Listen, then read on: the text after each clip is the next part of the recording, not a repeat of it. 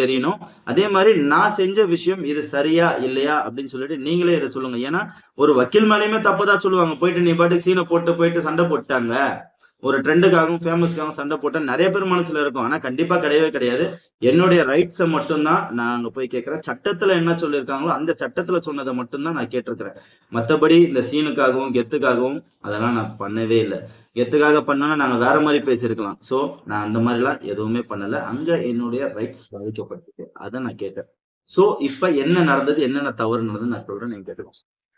அதாவது இந்த இஷ்யூல ஃபர்ஸ்ட் ஒரு கம்ப்ளைண்ட் ஆகுது. இந்த அரெஸ்ட் பண்றாங்க பாத்தீங்களா, இவங்க கம்ப்ளைண்ட் கொடுத்து ஒரு எஃப்ஐஆர் ஆகுது. இந்த கம்ப்ளைண்ட் பார்ட்டி அதுல ஒரு தேர்ட் அக்யூஸ்டா இருக்காங்க. இனிஷியல் ஒரு கம்ப்ளைண்ட் வந்துருது. ஸோ சப்சிக்வெண்டா தான் இந்த கம்ப்ளைண்ட் போடுறாங்க. 29/9/2025 அன்னைக்கு இந்த இன்சிடென்ட் நடந்ததா சொல்றாங்க. அந்த 29/9/2025 அன்னைக்கு எந்த கம்ப்ளைண்ட்டுமே கிடையவே கிடையாது. 30ஆம் தேதி ஒரு நாள் கழிச்சுதான் காலதாமதமா இந்த ஒரு கம்ப்ளைண்ட் கொடுக்குறாங்க. எஃப்ஐஆருமே 2/10/2025 அன்னைக்கு வந்து எஃப்ஐஆர் பதிவு செய்யறாங்க. சரிங்களா? இந்த எஃப்ஐஆர் வந்து 24 ஹவர்ஸ்ல வந்து நீங்க ஆன்லைன்ல அப்லோட் பண்ணிருக்கணும். ஏன்னா இந்த women's case, children's cases, POCSO cases இதெல்லாம் வந்து சென்சிட்டிவான கேஸ் அப்படின்றதுனால கண்டெம்ட் அத்தாரிட்டி வந்து அப்லோட் பண்ணக்கூடாது. எஃப்ஐஆர் அப்லோடும் பண்ணவே மாட்டாங்க. இந்த அஃபென்ஸ் வந்து ஆன்லைன்ல அப்லோட் பண்ண வேண்டிய அஃபென்ஸ் தான். இவங்க அதை பண்ணிருக்கணும் 2ஆம் தேதி. ஃபர்ஸ்ட் அதை பண்ணல. ஒருத்தர் கமெண்ட்ல கேட்டிருந்தாரு 24 மணி நேரத்துல அப்லோட் ஆயிடும். 2ஆம் தேதி போட்டதுங்க, 14ஆம் தேதி வந்து அப்லோடு, 14ஆம் தேதி வரைக்கும் அப்லோட் ஆகல. ஏன் அப்லோட் ஆகல? சோ உண்மை தெரியாம யாருமே பேசக்கூடாது. அந்த எஃப்ஐஆர் ஆன்லைன்ல அப்லோட் ஆகல.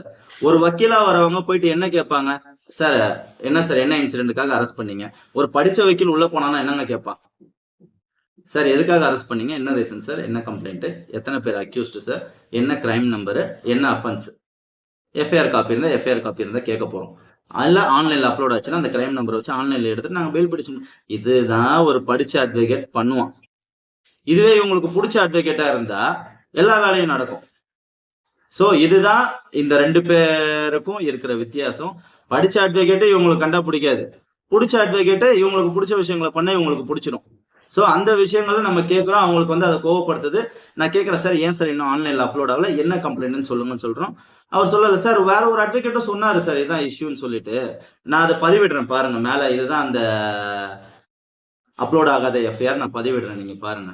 அவர் சொல்றாரு, சார் இன்னொரு அட்வொகேட்டும் கேட்டாரு, அது என்னன்னு தெரியல சார்ன்றாரு. சரி தெரியலன்னா நாங்க என்ன கம்ப்ளைண்ட் போலீஸை கேட்போம், ஒரு ஓரலா சொல்லுவாங்க, நம்ம கேட்டுட்டு நான் என்னுடைய நீதிமன்ற பணியை பார்க்கறதுக்கு நான் பாட்டுக்கு போயிட்டு இருப்பேன் சொல்லியிருந்தா. அவங்க மேல தப்பு இருக்குதுன்றதுனால அவங்க சொல்லவே இல்லை. இதுல இன்னொரு முக்கியமான விஷயம்,